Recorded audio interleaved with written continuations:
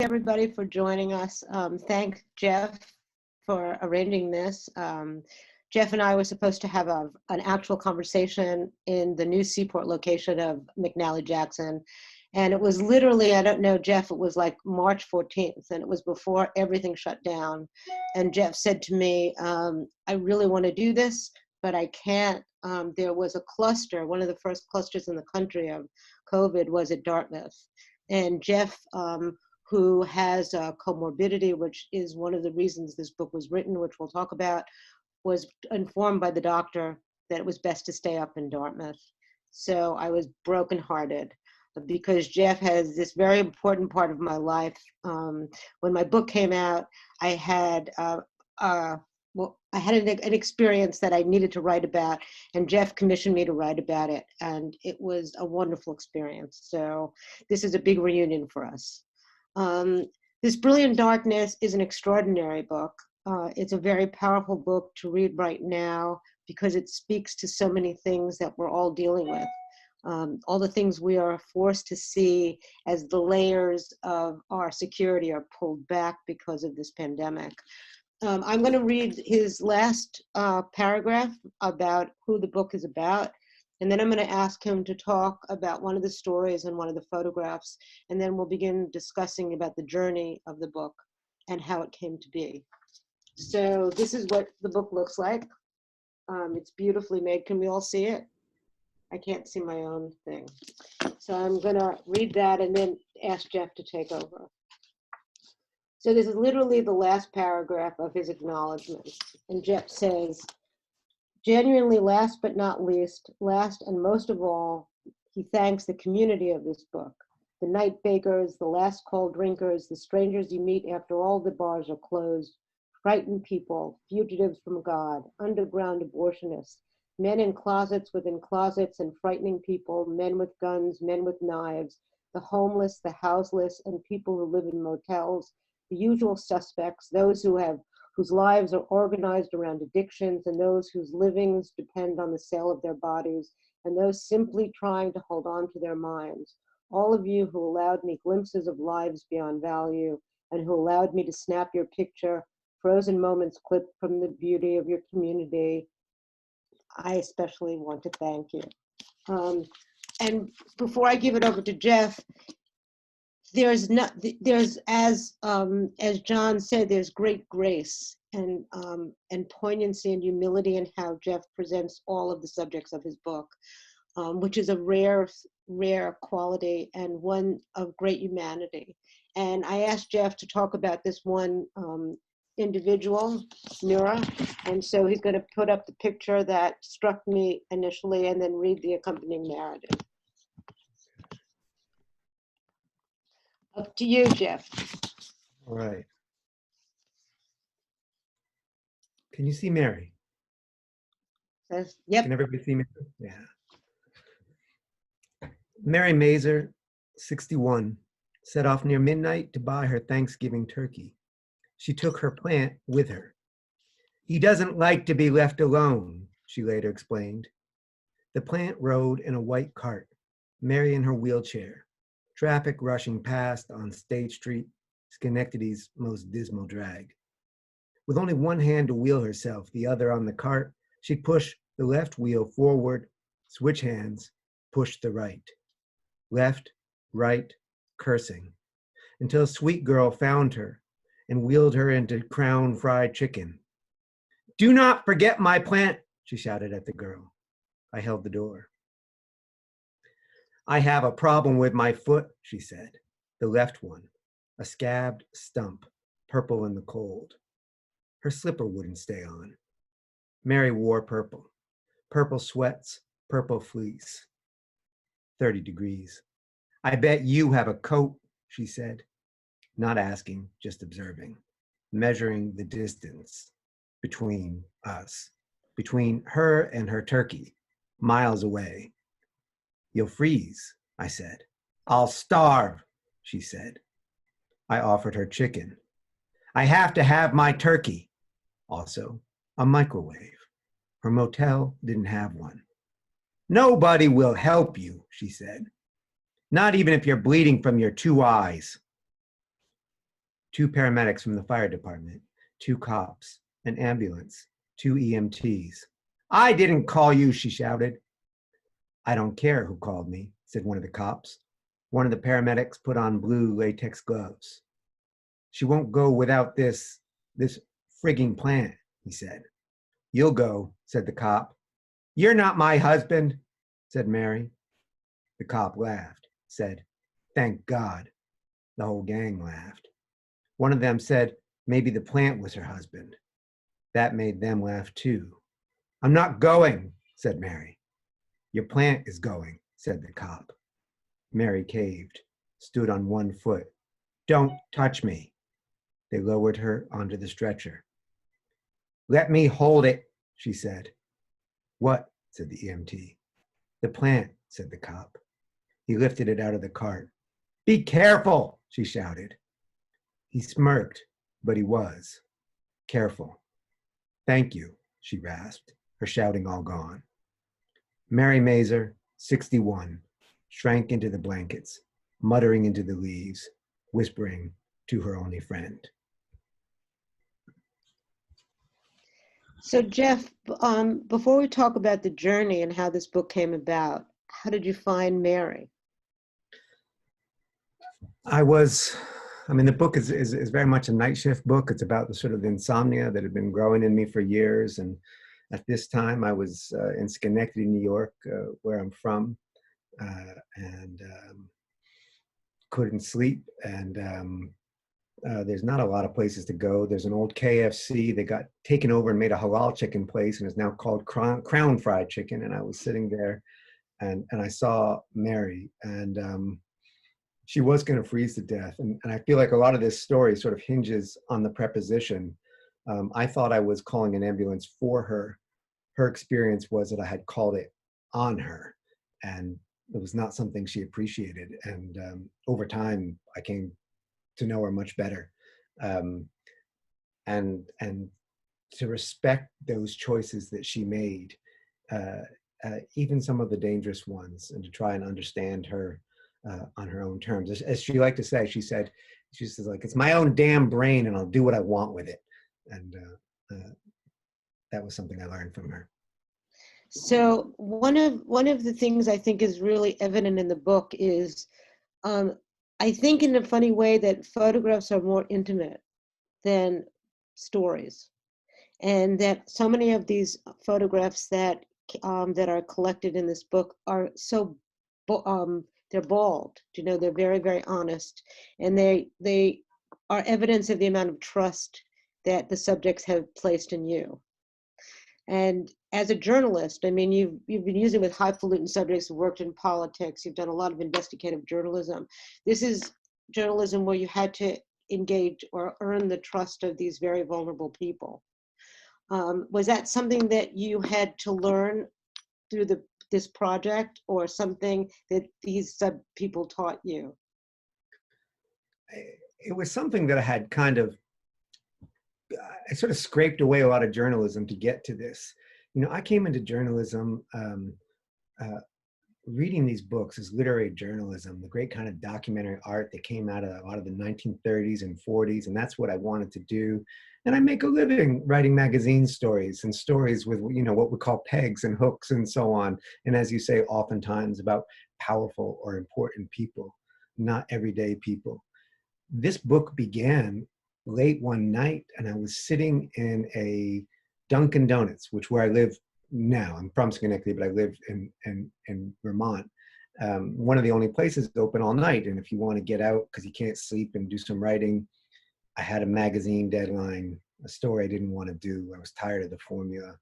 And I looked up, and the night baker at the Dunkin' Donuts was wearing this t-shirt. In fact, I'll show you, because I love Mike's t-shirt.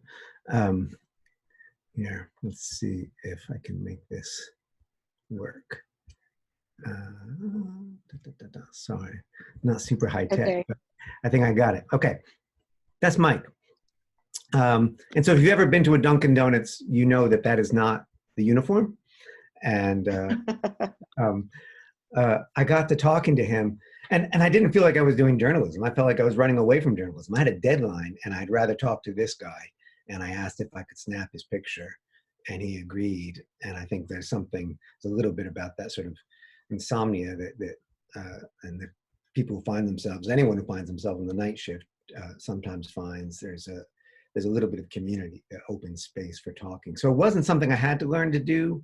It was something that in some ways I felt like this is what got me into journalism, into documentary art in the first place, to tell stories of everyday people, stories where you don't have to say, this is part of a trend, or this is important because. It's important because this person is alive and right in front of you. Mm-hmm. And that photograph looks a lot more professional than some of the photographs. Was that taken with your iPhone as well, or smartphone? Everything was taken with my iPhone. I like to say I'm not a photographer, but as I say in the introduction, I feel like that's kind of a dodge that makes ever less sense. What I did with that picture is I posted it on Instagram, and I hashtagged it night shift. And then I wondered, who else is awake right now? So I hit the hashtag and I see hundreds of thousands of people. And I was fascinated by the sort of the small solidarities afforded by the hashtag. And I am no champion of Instagram. I mean, let's not confuse it's a little square with the public square. It's not, it's a corporate platform. That said, there's these spaces of connection and seeing, and also this sort of interesting aesthetic engagement. So if you're sitting there and you're like, oh, I'm not a photographer either, but you took, yesterday you cooked a beautiful meal and you took a picture of it, but it wasn't quite right. So you frame the light a little bit. You're engaged in this rapidly escalating conversation about visual literacy. I came up as a writer studying photographers, was never a photographer. I started taking pictures with these iPhones, with the iPhone. I talked to photographer friends. Should I get a real camera? I said, no, that would get in the way. The whole point is, in some ways, these are pictures that anybody could take.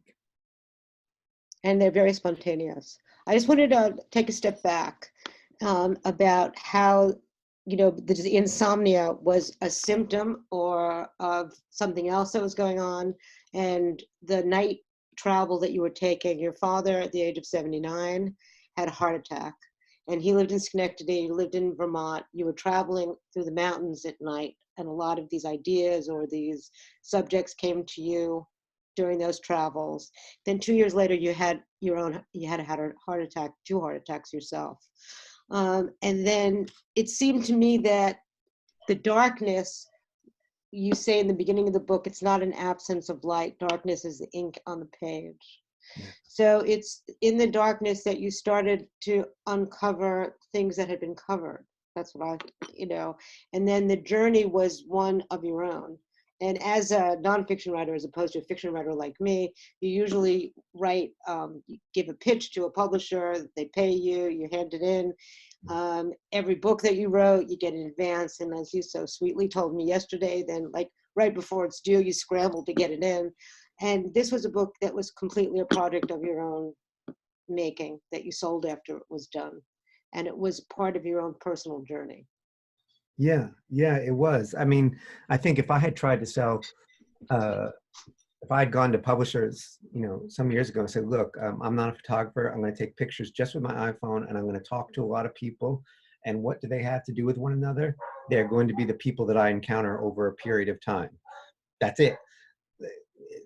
Tough sale.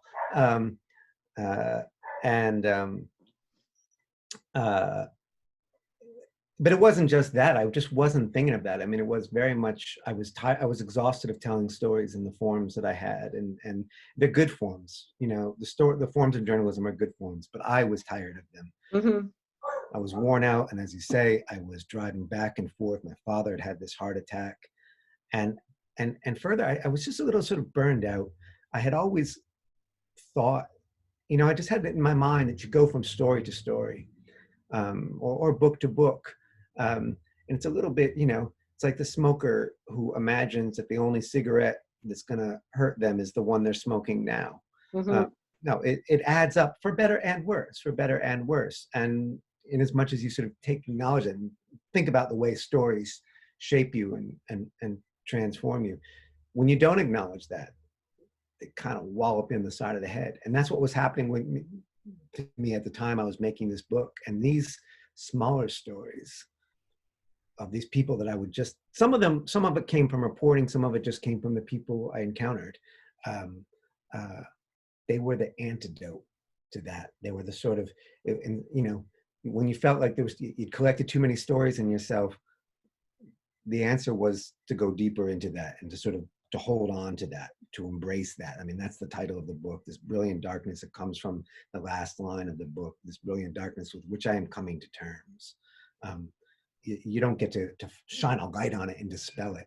You recognize it, it's there. You engage with it, and that's what saved me. But you say in the book that I haven't seen you for years, that that you were not in good shape before you had a heart attack. And you know, like in the metaphor, you were like a heart attack waiting to happen. And usually when a parent gets sick, it makes you reflect a lot on the nature of life. But then when you get sick, it makes you to reflect on your own life.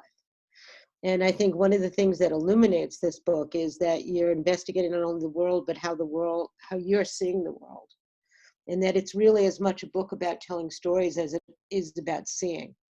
And I think that the way that the photographs and the narrative interact really convey that.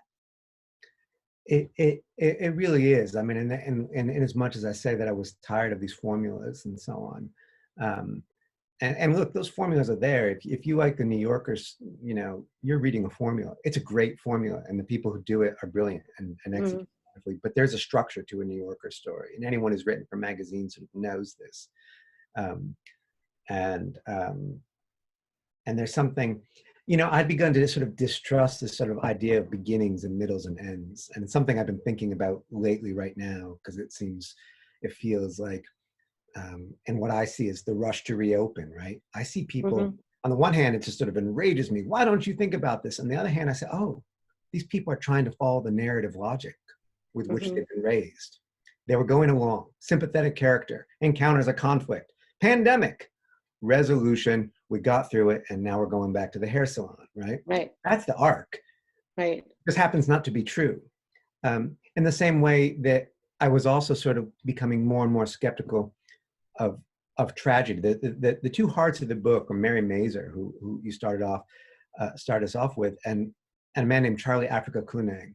Can you pick up his picture, one of the pictures, or that from that narrative? Let me find a picture that I really like of Charlie. Yeah, I think this is a good one. Okay.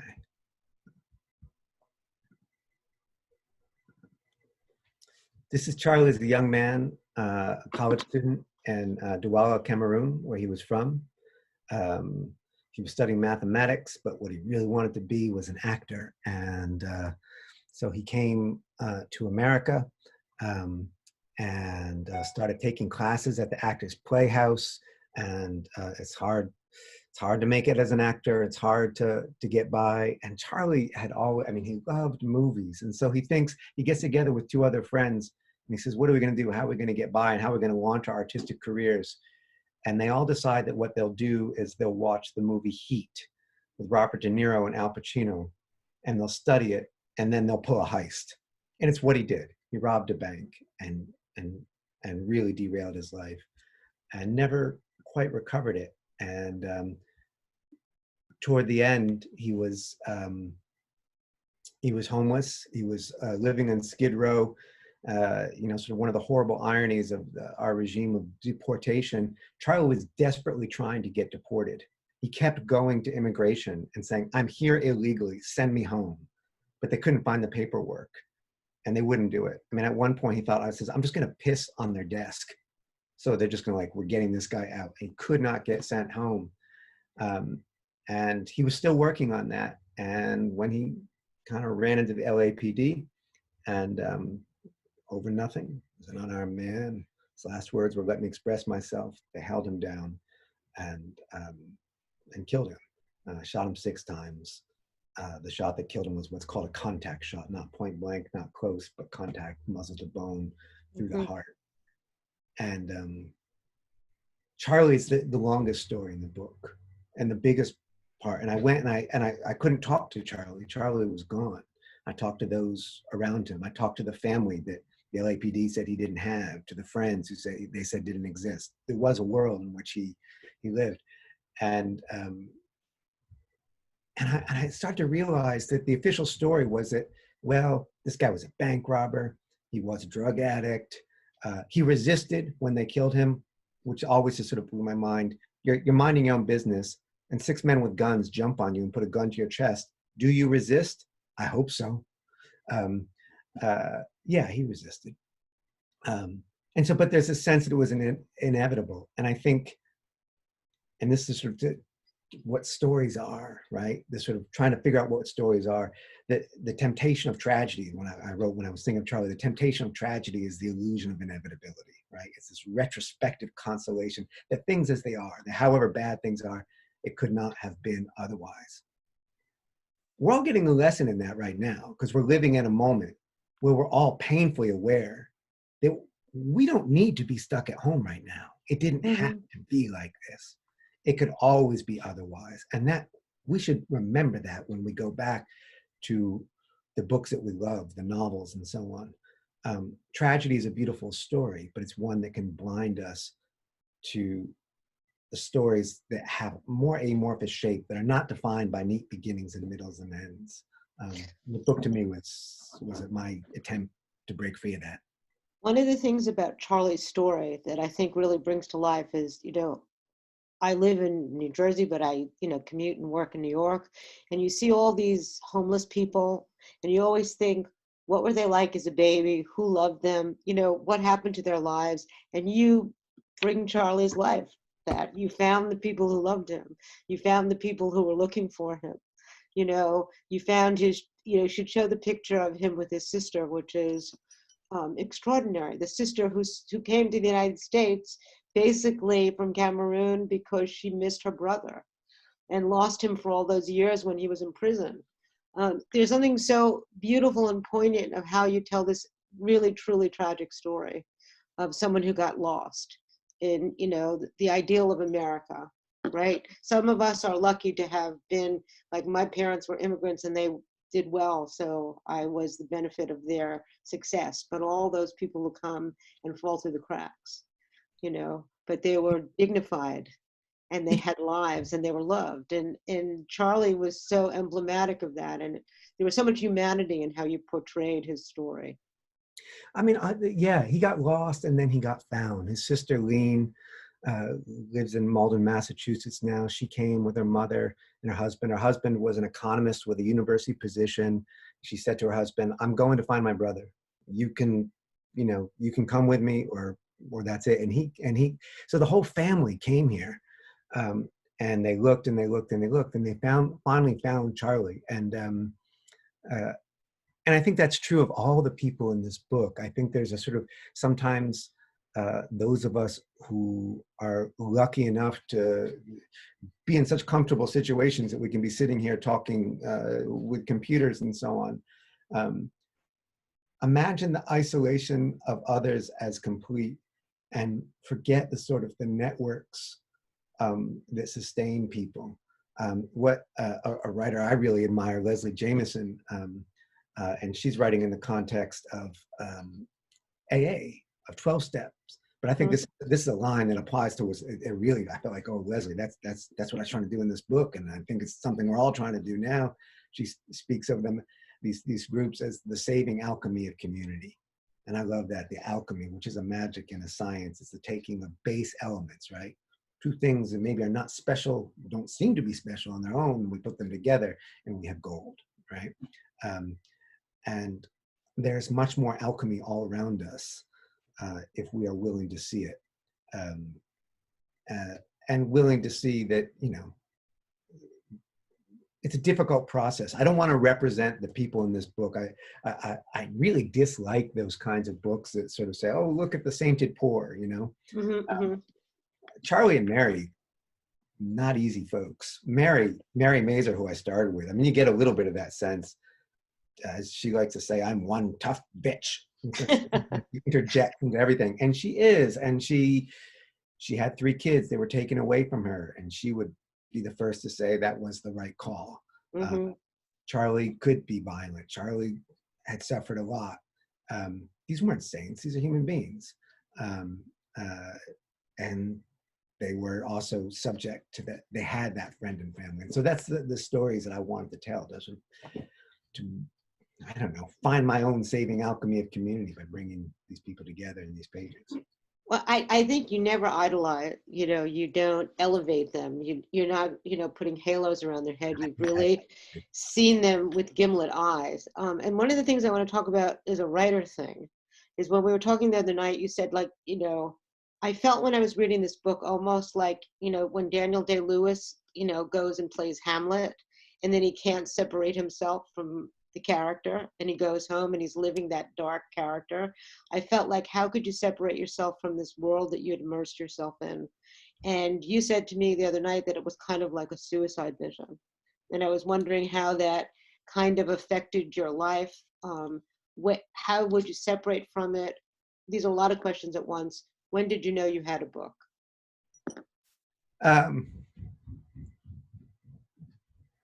Yeah, so the easiest question, the last one, I don't Yeah. mean to evade it, is I think I had posted maybe 6 or 7 of these sort of combinations of words and pictures, and I really liked them. I was such pleasure writing them at a time, and I didn't have a lot of pleasure writing a lot of other things.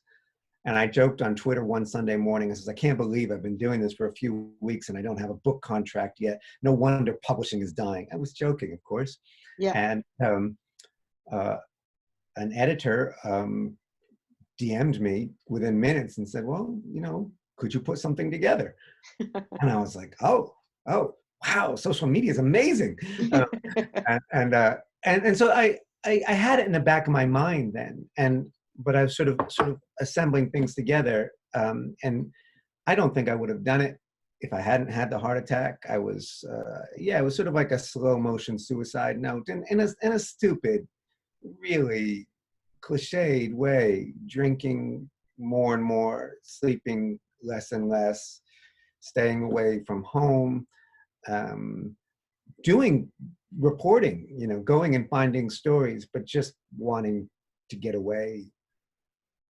I don't know. And then something turned and I said, okay, I'm going to make this a book. And I started to put it together. And I think I had turned that corner and I wrote the last line of the book, which is what I thought was the last line, which was my daughter. She's 11 now. She was younger then. Says to me, "You were gone a long time. You were gone a long time," and it's an acknowledgement of Dad, you weren't here. I mean, I was literally, but you weren't here, and also that you're back, right? The both things are true. And I was like, that's it. That's the last. I've never known I was writing the last. That's it. The last line of the book. And I pushed myself away from my desk and then the weight in my chest. And I said, what's this? What's going on? And I literally had a heart attack at that moment. And then I spent another 1.5 years or so, 2 years, rewriting the book. And I think I would have maybe done it indefinitely. Because the nice thing about a book, my friend, a writer named Peter Manso, he looks at these words and pictures. He says, oh, he's Catholic. He says, these are like Catholic prayer cards.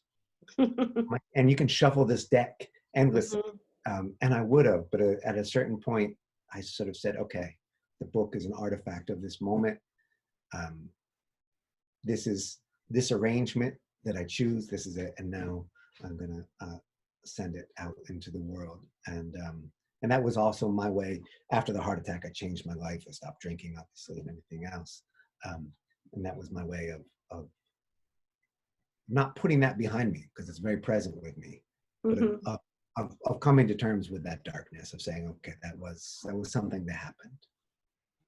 I think that journey is very present in the book, and I think it gives it that much more animation and much more vivacity, because there's something at stake in the writing of it. You know what I mean? There's nothing ever exploitative. I think that's one of the things you probably really loved about the photojournalism of the 30s. Is, and I was thinking also of Jacob Riis, it exposed a part of the world that we always try to look away from, but it made you start looking at things without sort of like trying to turn the subjects into saints or to condemn them, but to basically to see what was around you that you had taught yourself not to see. And that's one of the things is the strengths I find in the book.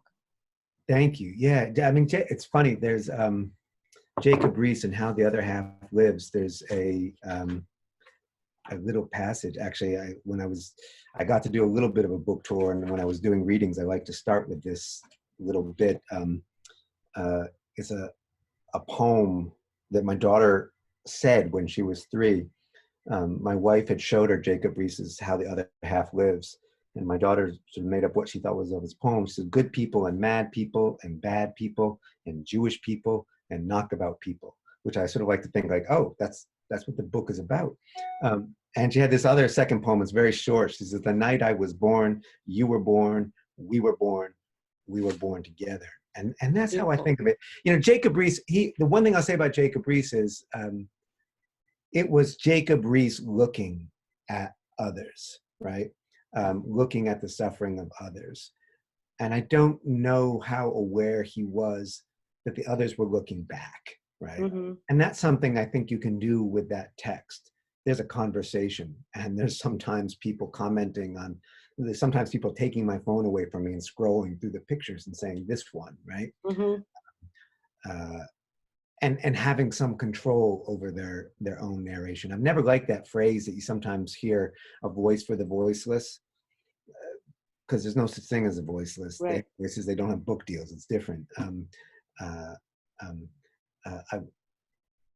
I'm not going to pretend, because that would be as fictional to say it's a collaboration. This is my story. I mean, the original subtitle of the book was A Memoir of Other People's Lives. It is a story of, which is, I think, true of journalists and nonfiction writers, is true all the time. People would sometimes say, well, you never write about yourself. I'm like, what do you mean? You know, I was in those places, what I'm writing about there. If I'm writing about Uganda, because I was there, so I'm writing about my life. This book makes it a little bit more present, even though, as I say, the stories that I tell are mostly of other people, but the people I met. We were there together. There was one of the commonalities I found, and one of the things I found also very interesting, is where you are. You know, you're at a privileged university, you have a great position, great students, but New Hampshire and Vermont are like hotbeds for meth labs. I think the amount of drug addicts and, you know, unemployment in that area is skyrocketing. I can't imagine what it's like now. And then there's a great similarity, kind of a poignant, between the Skid Row that you saw in Dublin and, you know, the people that you meet in Vermont, you know, and that you're bringing light into these characters. If you could show the picture of the Spice Boy, you know, the one that you met through, okay, yeah. And, you know, those are also, like, I remember thinking in Breaking Bad, that was the first time, you know, I saw a lot of that, but that you really are bringing them to light too. You're giving them, they're not just statistics. Tell us about him. So this is a young man named Jared Miller. And I met him while I was reporting on Charlie Koonang's life on Skid Row. And across the street, there's a little stretch called Heroin Row. It's where they don't just deal heroin, but that's among other things they deal. And Jared was what's called a spice pet, or what they call a spice pet. In exchange for drugs, he ran errands. Spice is a street drug, very common street drug. It's sort of like a synthetic marijuana, but it can be, depending, it can be worse or milder. And Jared had a lot of addictions. And I was talking to Jared, because I was trying to, I talked to everybody. I spent a long time just talking to everybody I could. He wanted to show me, he took my phone and he showed me on Facebook his son. And Jared had been, in fact, let me show you a picture here. Can you see the bird? Jared had these tattoos on his arm of birds, and there were some birds that were for his parents and some for himself and some for his little boy. And he could no longer see his little boy. He had gone to Skid Row because he was addicted, had become addicted, and while he was serving in Afghanistan, once been the strapping young guy, but he missed his son, and he was a sort of lovely guy. I posted these pictures on Instagram, and in the conversation, the comments, many of the women in his life got into an argument with each other over who had let Jared down, who was responsible. Some said his mother-in-law was there, his ex-girlfriend was there, the mother of his child was there, and I came to know his mother.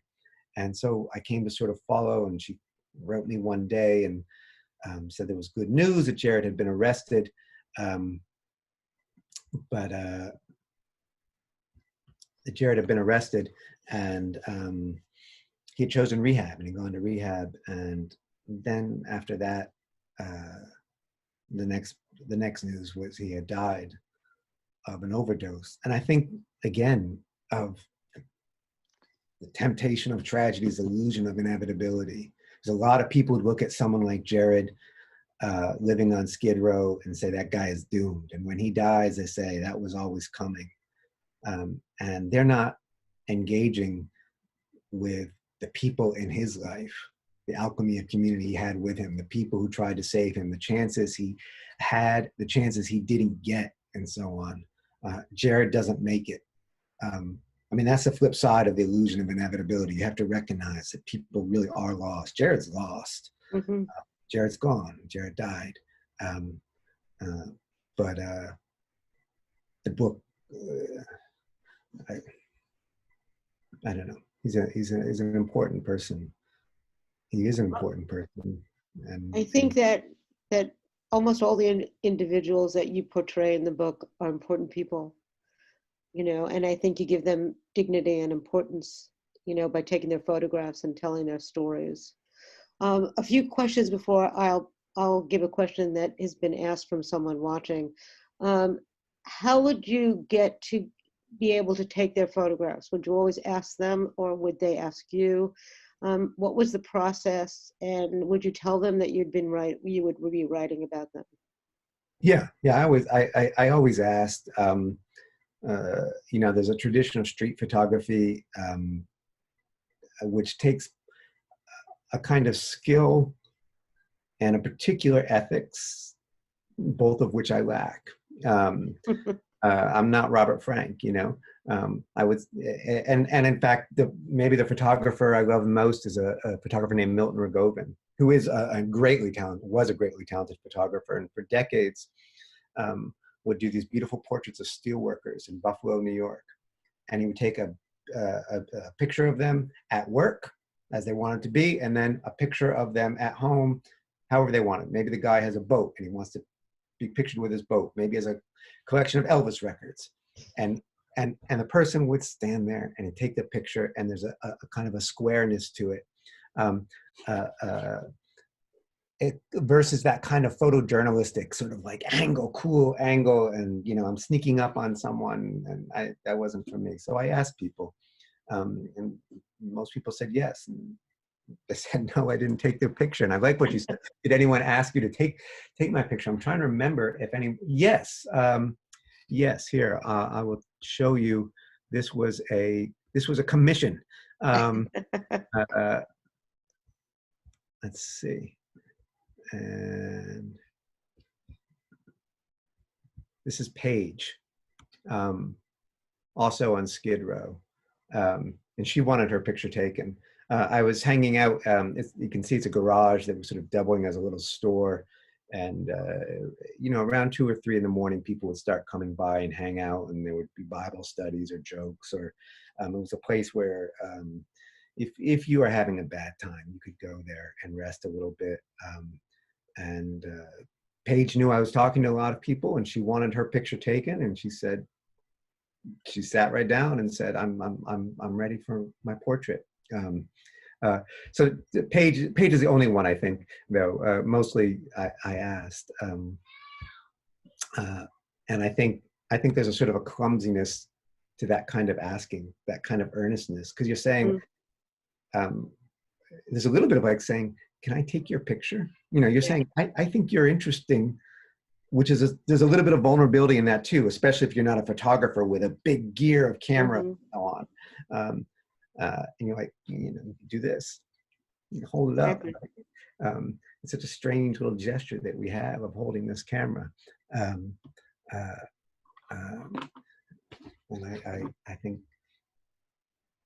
I think a lot of those people, I learned a lot about photography from talking to those people and listening to the ways in which they want to be represented. That said, the pictures in the book are the ones I chose.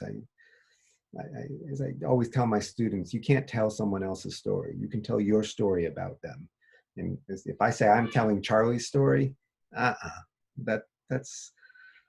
a little bit of a con. I can tell my story about Charlie. That's all I can do. How did you get to Skid Row in LA to begin with? That was something that I was very curious about.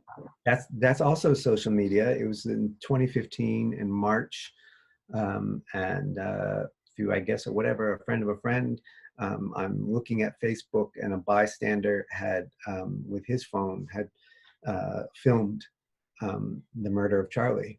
And so when I encountered it on Facebook, there was no context. It was not yet a news story. There was nothing. And I'm just looking at it, and it just looked like a murder. Mm-hmm. And I was thinking at that time, actually, a friend who sort of was writing on these things was talking about sort of media representations of Black Lives Matter, which would often be sort of presented more in terms of Black Deaths Matter, right? You would know all about the death, and maybe not as much about the person who was lost. The life that Michael Brown lived, or Tamir Rice lived, or any number of other people. And so I said, I asked the magazine editor, I said, can I go to Skid Row? And at the time, the LA Times was reporting that nothing was known about this man. No one knew his real name. He had no family, nothing. So I said to a magazine, can I go out there and I'll do this thing that I do, and I'll take pictures of his neighbors, and we'll get some sense of what it might have been like to live there. I remember I got in late, around midnight. I had arranged with a guy named Pastor Q Jean-Marie, who's a street preacher out there, to meet.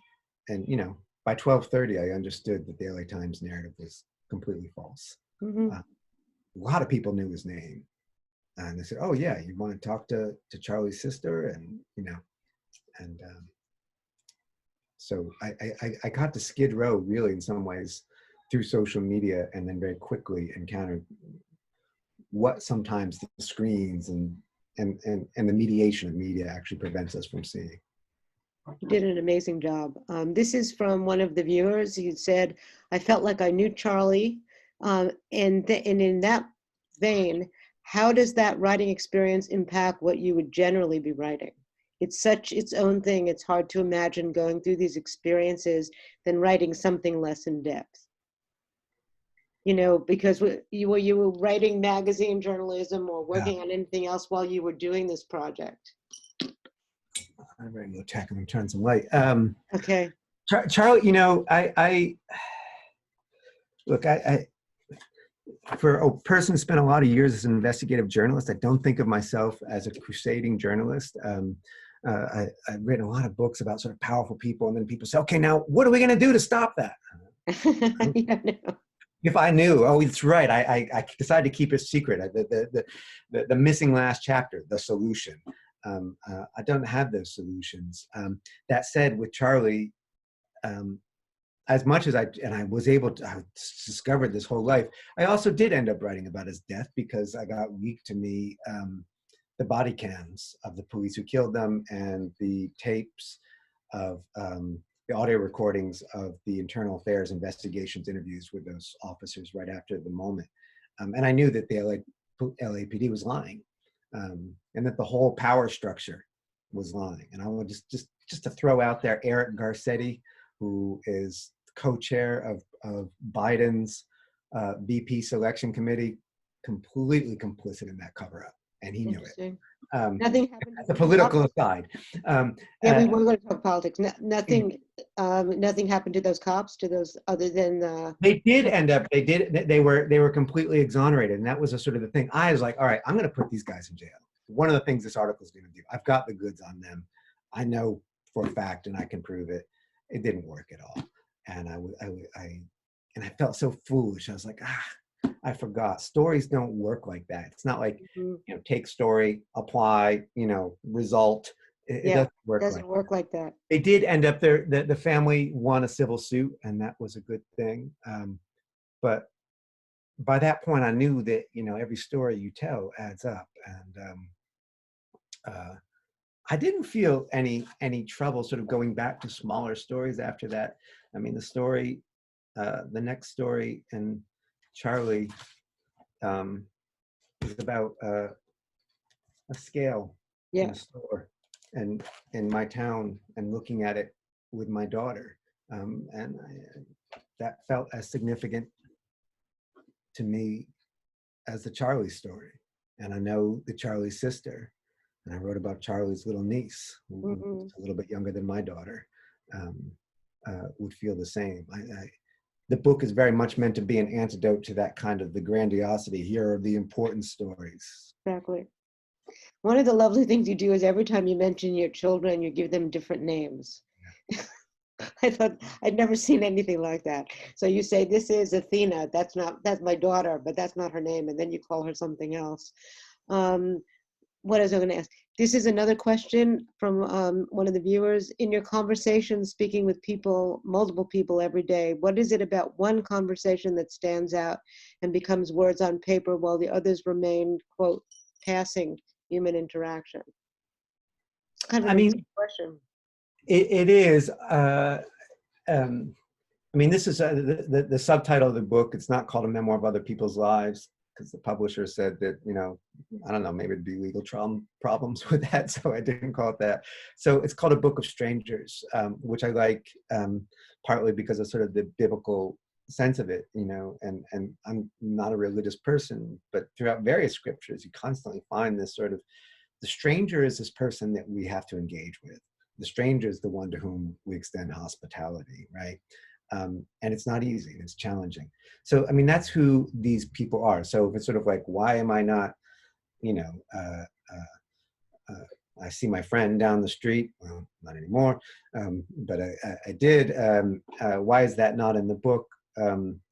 It was more sort of being alert to these moments of encounters with strangers, and the idea that there could be intimacy within those moments. And not the intimacy of deep context, but the intimacy of some level of recognition. I don't want to say I know these people deeply in the same way that they don't know me deeply, because that recognition has to go both ways. There's no story if it doesn't. This was not the kind of journalism where you go and you talk to a senator and he pronounces and you write it down, and you feel so lucky for the audience, Nor did you sort of find a home for, Mary. You know what I mean? It's sort of like the story. You didn't sort of become the evangelical journalist to solve all the problems of all these people that you've written about. That you're basically just, talking about their lives and their situation. Yeah, I mean, Mary, so I mean, I quickly found out that Mary was so angry with me because I had called the ambulance on her. She didn't want to go. I think she might have frozen to death, so who knows? But Right. nonetheless, and the next day I called the hospital to see how she was doing, and she had checked herself out. She had gone back, and then she had wheeled herself out into a blizzard.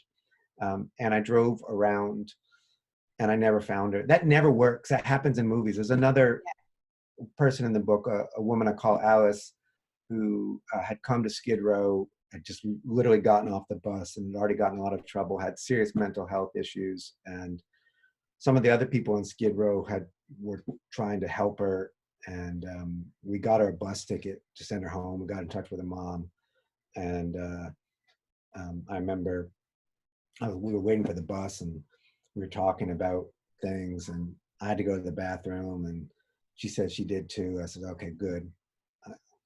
So I go to the bathroom. Of course, I come out. She's gone. And I looked and I looked and I looked, and I didn't find her. Those not only those savior part of the ridiculousness of those savior narratives is one, they center the great white savior. Two, they're not true. Right. You don't drive around in a storm and find someone. Mm-hmm. Mary Mazur, after living in semi-homelessness 40 years, doesn't say, why, all I needed was a nice young white man to help me fill out some forms, and now I live happily in an apartment. It doesn't It doesn't work like that. What I could do, what Mary wanted me to do, was to drive her to Walmart, which I did. And I drove her to Walmart, and she wanted to get a microwave. And she had been banned from several Walmarts in the area. And this was the last one. And I remember when I first posted that, there was people who got really angry at me. The comments filled up with, this story doesn't say anything about how horrible Walmart is. It doesn't, and I don't like Walmart. But Mary loves Walmart. Mm-hmm. It's heated. They've got these motorized carts. Mm-hmm. And if she has some money, well, they eventually can kick her out. But she can go and shop and you can't stop her. Mm-hmm. So I'm not going to go there and say, Mary, I'm not going to drive you to Walmart. I will drive you to an organic market. That's not my place.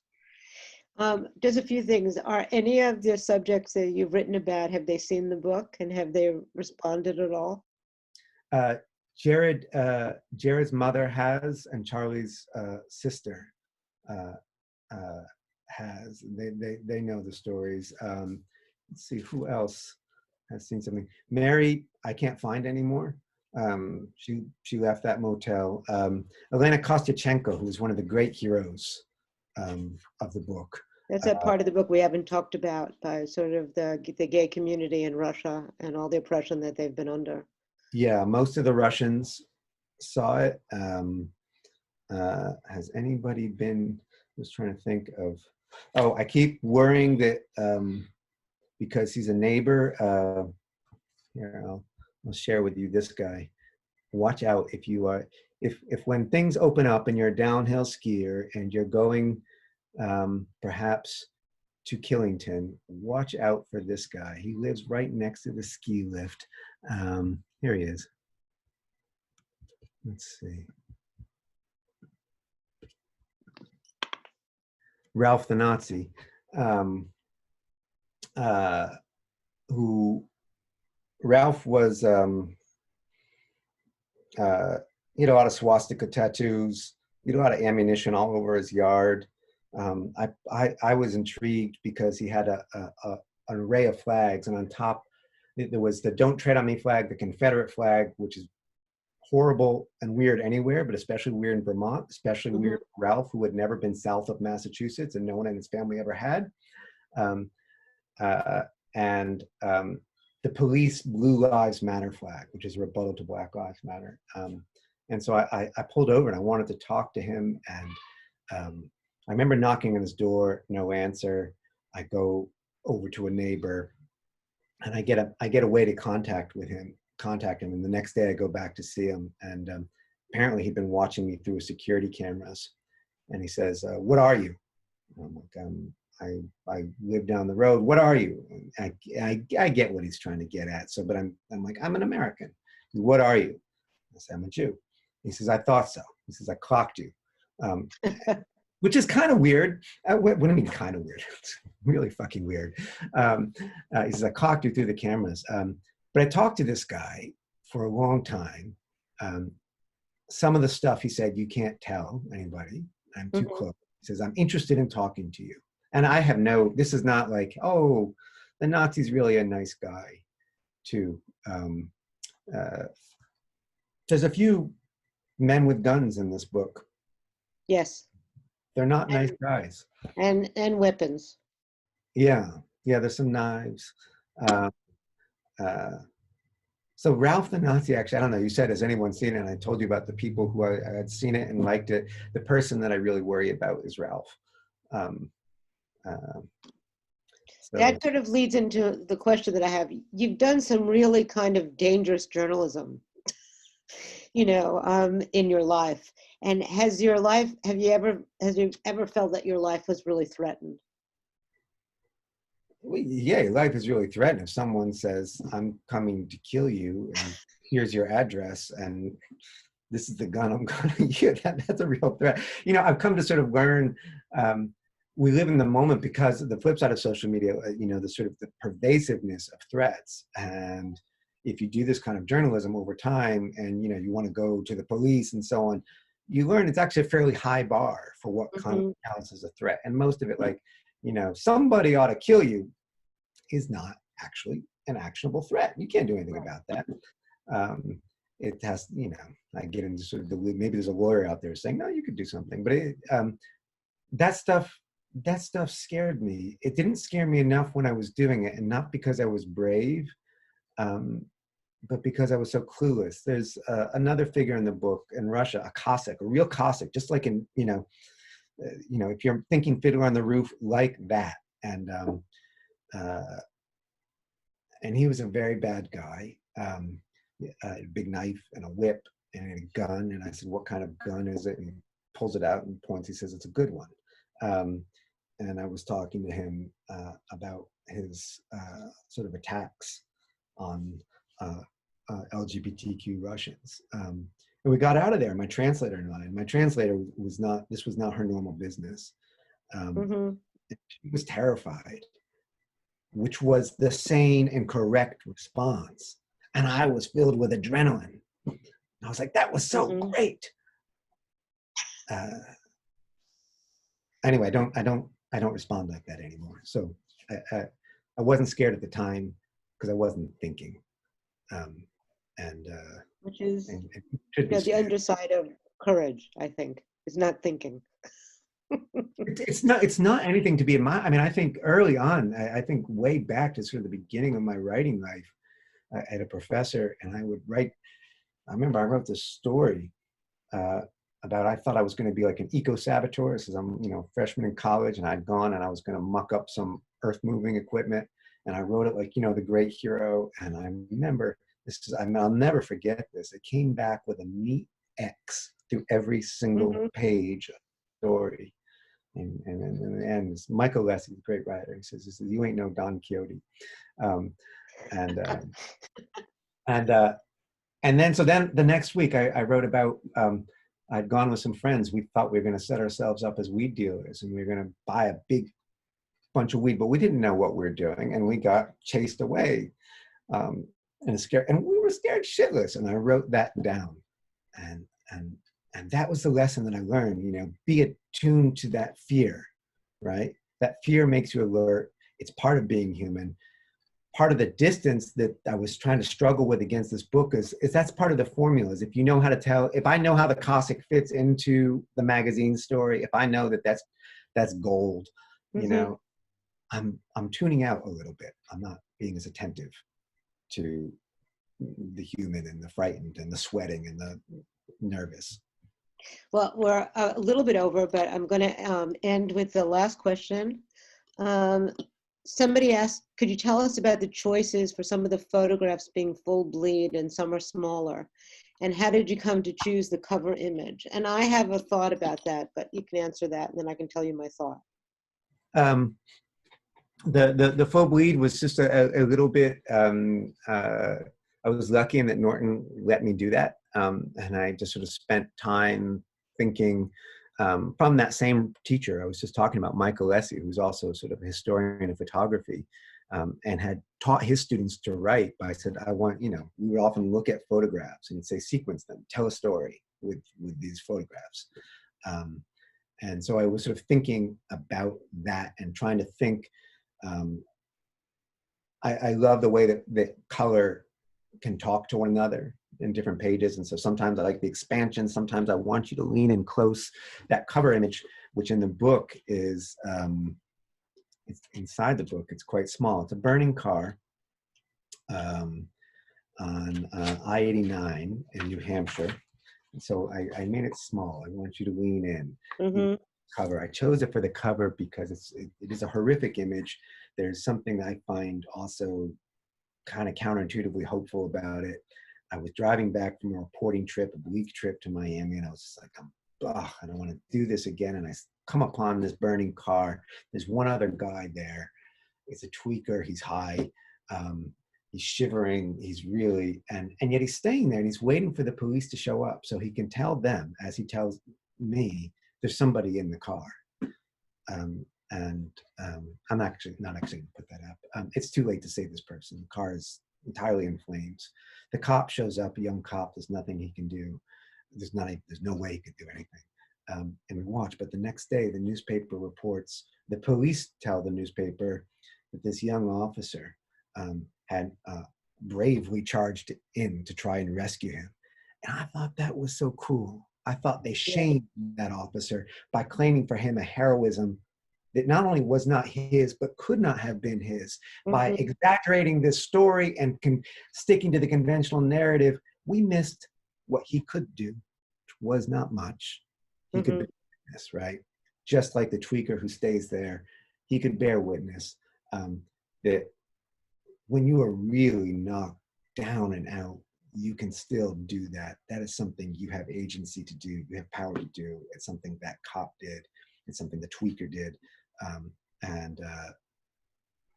I think there is a kind of hope in that. And I think it's a hope that we need to actually be sort of thinking about in these very dark times.